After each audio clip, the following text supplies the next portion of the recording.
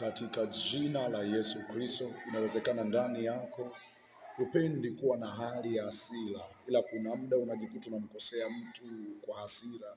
Unasikia hasira ndani yako, maana hiyo ni roho. Unasikia hasira ndani yako. Tunakwenda kukataa majira haya. Kataa hiyo roho ya hasira ambayo inakunyemelea. Wakati mwingine inakufanya kukutenga tena mwenza wako, inakufanya kukutenga na watu wa muhimu kwenye maisha yako. Katika jina la Yesu Kristo, katika jina la Yesu Kristo, ninakataa Bwana roho ya hasira kwa jina la Yesu. Ninakataa Bwana roho ya hasira katika jina la Yesu. Kataa roho ya hasira katika jina la Yesu. Kama ilivyoandikwa, kwa maana hasira hukaa kifuani mwa mpumbavu. Kwa jina la Yesu hai, Bwana Yesu, nimeonekana kuwa mimi ni mpumbavu kwa sababu ya hasira zangu. Baba, katika jina lako naomba Bwana Yesu niponye na roho ya hasira. Ninaikataa roho ya hasira kwa jina la Yesu Kristo. Ninaikataa roho ya hasira kwenye maisha yangu.